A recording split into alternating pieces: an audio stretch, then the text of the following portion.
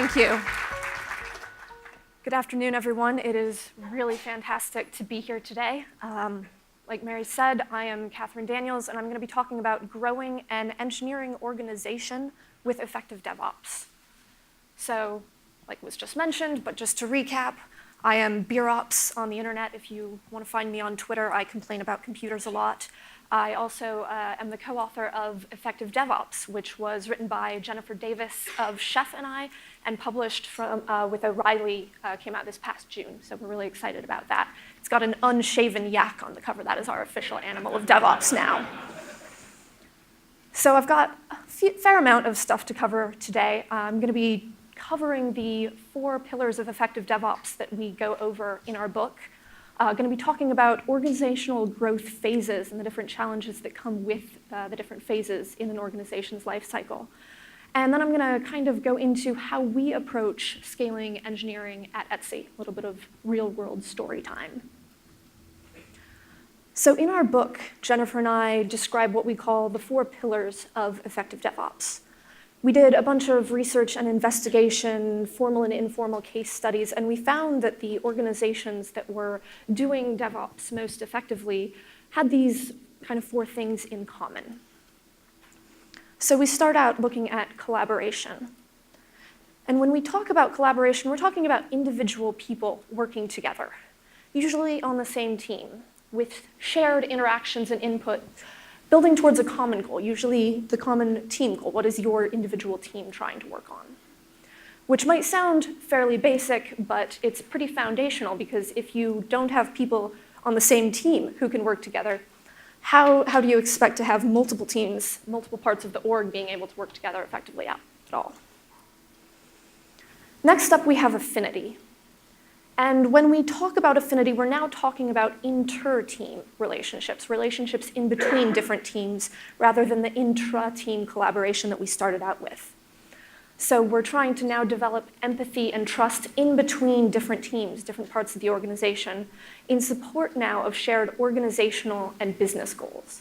So this is kind of what people most typically think of when they think of DevOps, is you have this affinity between your dev team and your ops team, and they're going to work real nicely together. Next up, we have tool usage. And the way that we view tools is that we view them as accelerators of culture. They can enhance a culture of collaboration and affinity that we've talked about. Or they can, if not used properly, they can take things in the opposite direction. Tool usage can kind of make or break the way culture kind of goes within an organization. So we don't view any one particular tool as being key to doing DevOps. You don't have to be in the cloud. You don't have to be using Docker. Tools, it's more about how you use them than any particular tool that you're using. Tools do not replace culture, and tools will not fix a broken culture.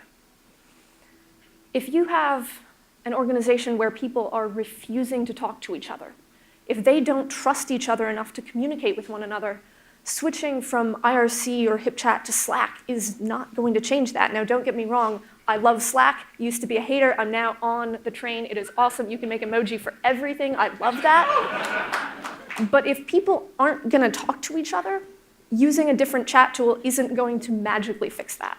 So tools can be really useful if you use them properly, but they're not a Band-Aid. They're not going to save you from having to fix any underlying, more systemic issues. And finally, we have scaling. So when we talk about scaling, we're not talking about some magical enterprise DevOps that is somehow different from all the other DevOps, because that's not a real thing. What we are talking about is how to apply the other 3 pillars, the collaboration, the affinity, and the tooling, throughout various inflection points or stages in an organization's life cycle. Another thing that Jennifer and I go over in the book is what we call the Devops Compact. So the four pillars we view as techniques or principles that you can apply in order to grow and maintain a DevOps culture. But what is it that you're trying to grow or maintain? And the way that we describe this is with metaphors, because who doesn't love a good metaphor? Jennifer and I have both done some rock climbing at various points in our lives, so we decided to use roped climbing as a metaphor for this. There's a few different aspects of doing this kind of top rope climbing that make for a much more likely that you're going to have a successful climb, where you get to the top of some rock and nobody gets hurt. There have to be shared goals. Both the climber and the belayer have to understand what it is that you're trying to accomplish, which route, which problem are you trying to climb. You have to have ongoing communication. So when you start out a climb, the climber asks the belayer, is belay on? And they double check the knots on the rope, and the climber will tell the belayer, hey, I'm going to start climbing now, and the belayer will be like, yep, I'm ready to go, I've got you. And this communication will continue throughout the climb. If the climber feels like they're a little uncertain about what the next move they're going to do is, and they want the belayer to be extra careful or to take in slack in the rope, they're going to communicate this as they are going. This is ongoing. They don't just talk at the beginning. And finally, there are dynamic adjustments. So as the climb is progressing, different things could happen. There could be an injury. The weather could all of a sudden change, and you decide, it's not safe to keep going. We're going to have to go back down early. And again, the communication is going to help as the climber and the belayer are both working together towards this shared goal that they have defined. So an organization needs all three of these things in order to be most successful with any DevOps initiatives. There have to be these shared, clearly defined goals. The typical what is wrong with the dev team and the ops team that made DevOps necessary is very conflicting goals, with the dev team wanting to ship stuff really, really fast and the ops team being like, oh God, please don't touch the servers, they're on fire. There have to be shared goals that aren't in conflict with each other, and everyone has to be on the same page as to what those are. There has to be ongoing communication within teams and in between different teams. Because if you don't have that, you'll run into the situation where, the right-hand team doesn't know what the left-hand team is doing, and you have two teams working on the same thing, or Team A thought Team B was going to do the thing, and Team B thought Team A was going to do the thing, and then nobody does the thing, and managers are real mad. That's not great. And there has to be, again, this dynamic adjustment and repair of understanding. Because things are going to happen. There's going to be, you ship a bug that you didn't mean to. It means to ship a bug. I usually don't. There's going to be, something new comes down from management saying, oh, yeah, we're changing goals and priorities on you. You have to be able to adjust and react to those.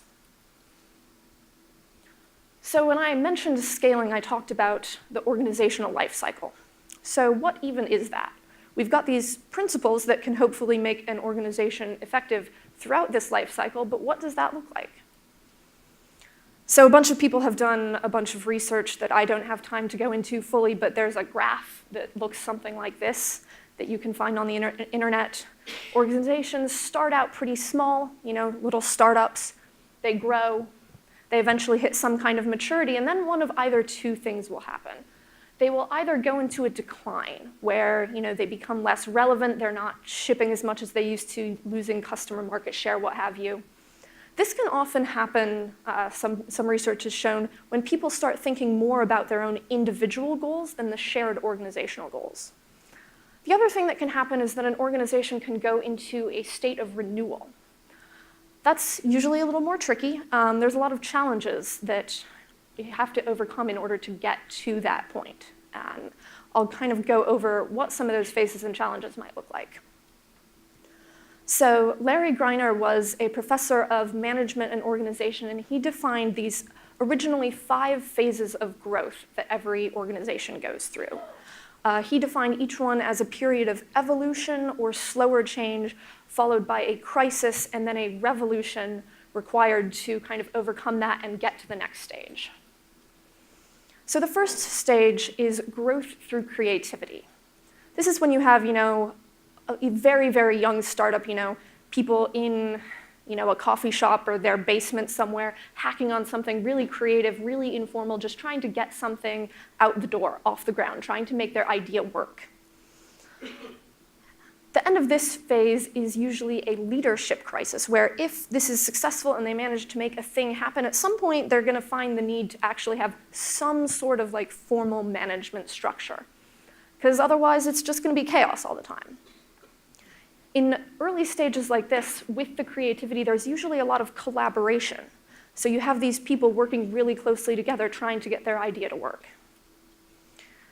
Once there is some sort of formal management, we move into growth through direction. So leaders are now working to direct the company. You'll have things like budgets and roadmaps and spreadsheets, more formality as an organization. Now, as things continue to grow, there's going to be the autonomy crisis, where managers can no longer do everything themselves. Team leads can no longer do everything themselves. They have to start delegating to other people. And this can be kind of hard. You know, when something is yours and it's your baby, you don't necessarily want to give it up and let somebody else touch it.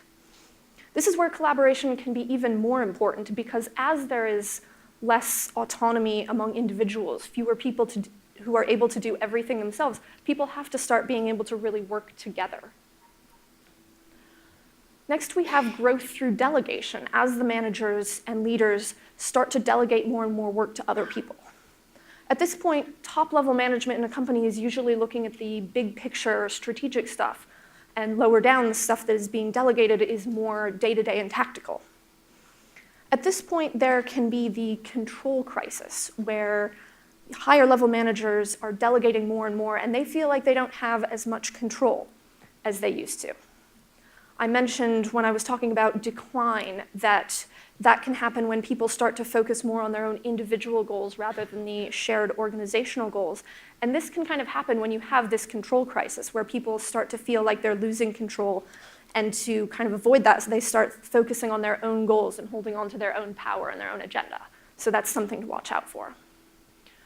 Organizations can really start to feel affinity here, as now we have more and more teams, more structure, and those different teams are going to be working together more closely and hopefully more effectively.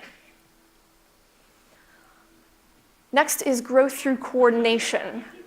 As you have all of these different teams, maybe there's been a few reorgs to get to this point, these different teams and different groups have to start being able to coordinate and work together. The problem that you can run into here is the red tape crisis, where different teams and different groups will each have, their own way of doing things and their own tools that they want to use, and you have to fill out like 7 different forms in triplicate to get something done, but every team has their own different 7 forms that you have to fill out. This is where tool usage, either effective or not, can really make itself known. Because if you have all of these different processes that you're trying to coordinate, different tools that each different team is trying to use, it can really get in the way of getting stuff done.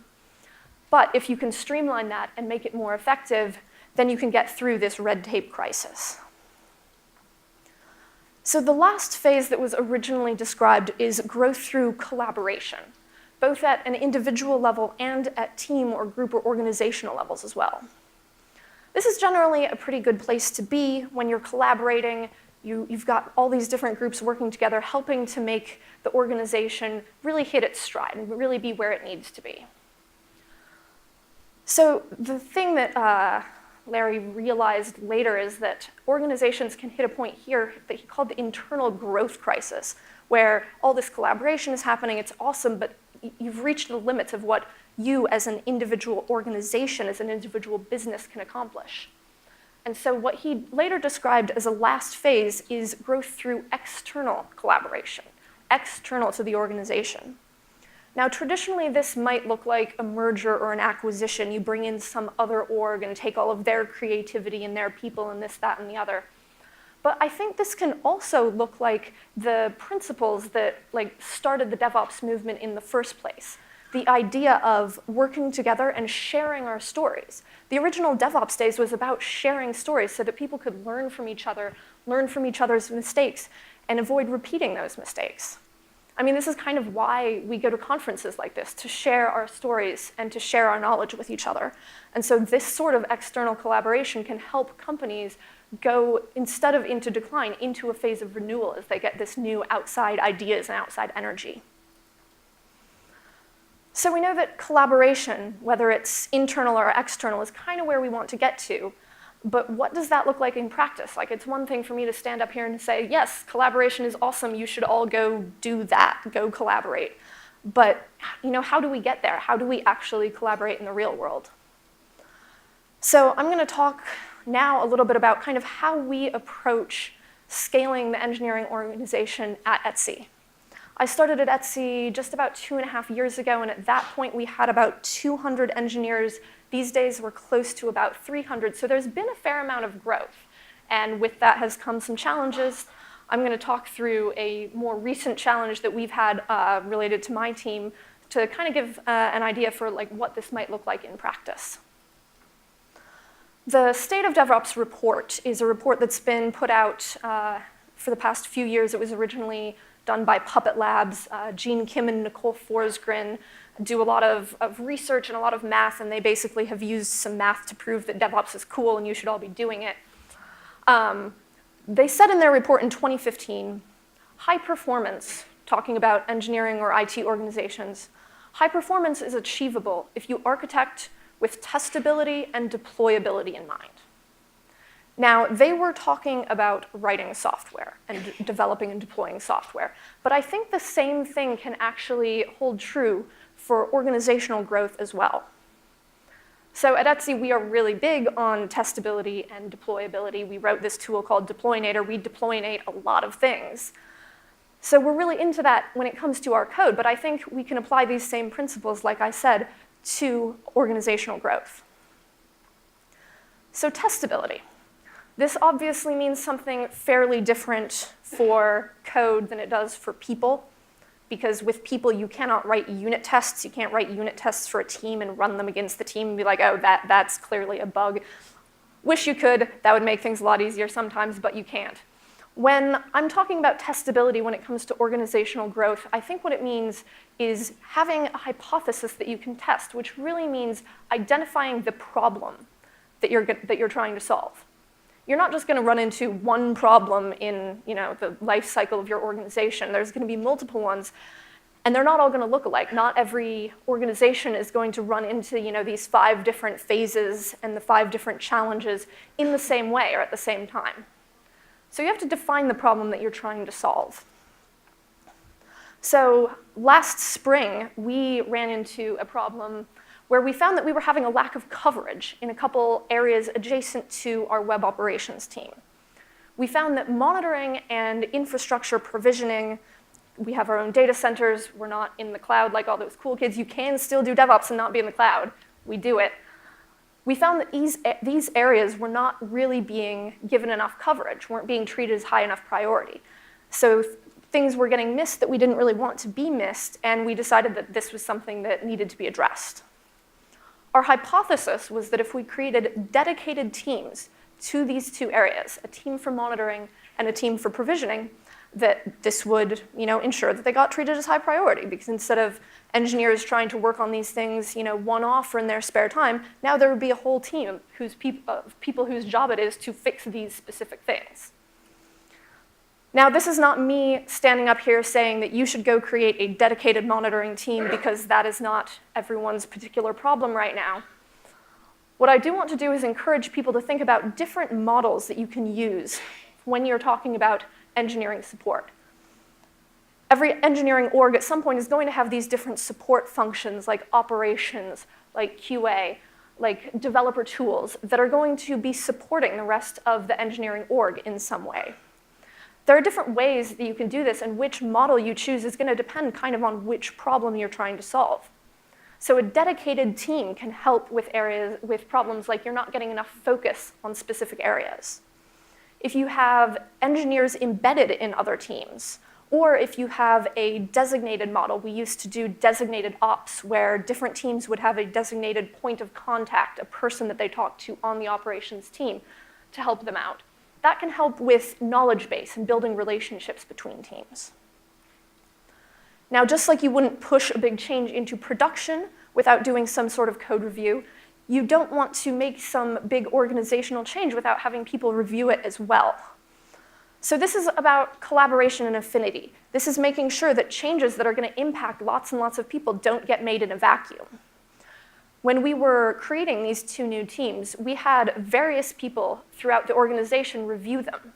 We had directors, we had managers, we had senior individual contributors, team leads, working together to make sure that this was the solution that we thought made the most sense, that would best solve the problem that we were trying to address.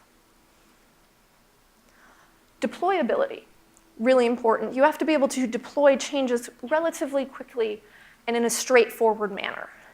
So this means, obviously when you're deploying changes to your code, you don't want it to be a month-long process where some ops engineer has to sit in the data center like moving disks around for weeks at a time. That used to be a thing. That was no fun. You don't want to do the same thing for organizational change as well. When I was at HP a decade ago, they were going through a challenging phase where there were layoffs, and management said, hey, so some people are going to get laid off. We know who. We're not going to tell all of you who might be affected for 6 months. Those were 6 agonizing months as people tried to figure out, like, do I need to be polishing my resume? Don't do that. Don't necessarily, rush things out the door without, taking the time to review them, but being able to deploy these changes quickly is important. Iterability is really important too. So just as you want to be able to roll a bug fix out really quickly if you discover that you've deployed a bug in your code, you want to be able to do the same thing with organizational change.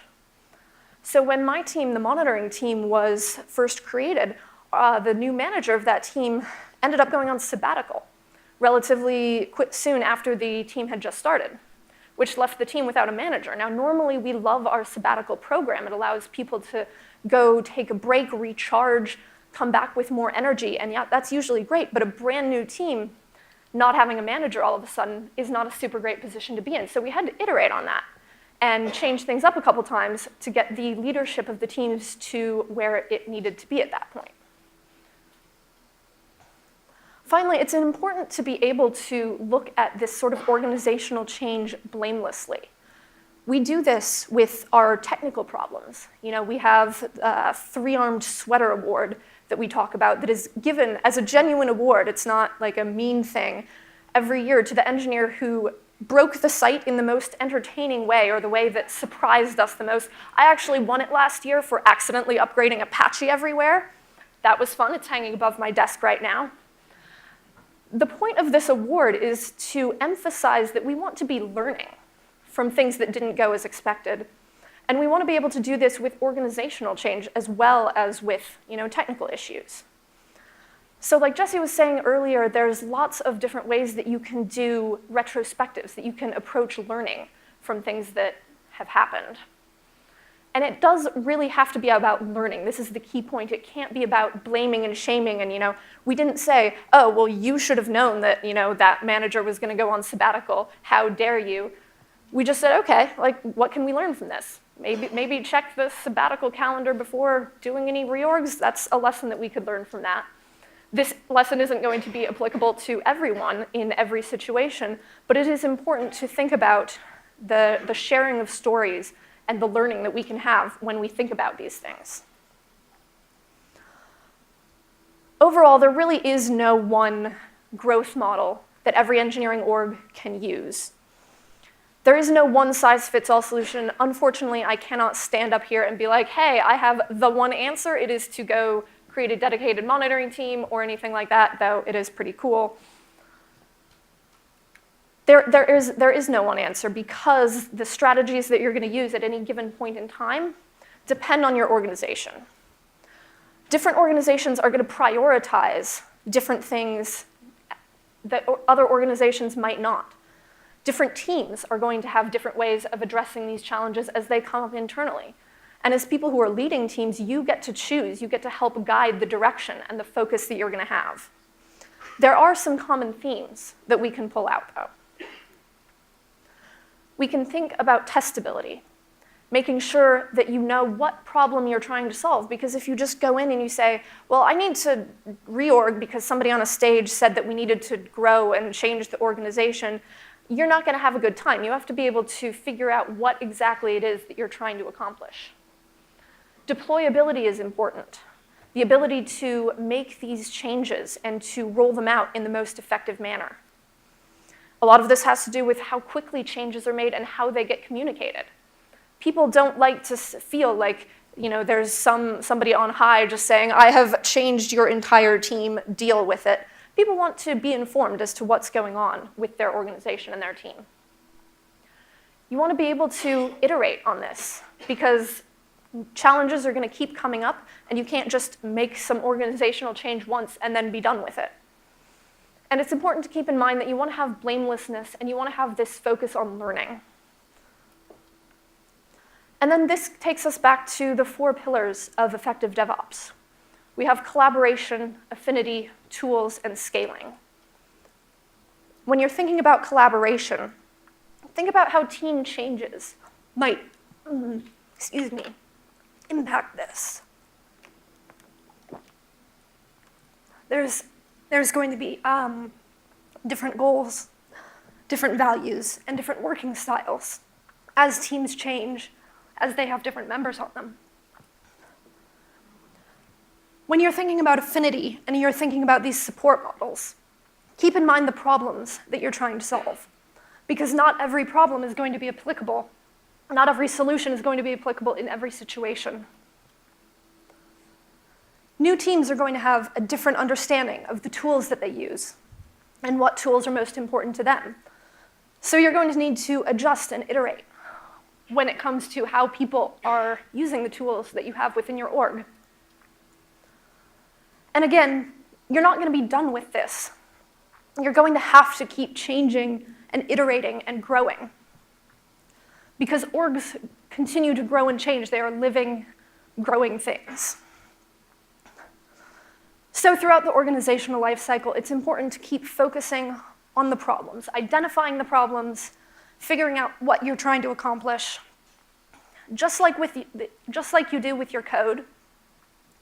If you focus on this continuous learning and continuous problem solving, you're going to be enabling your organizations to continue solving problems for yourselves, for your engineers, and for your customers.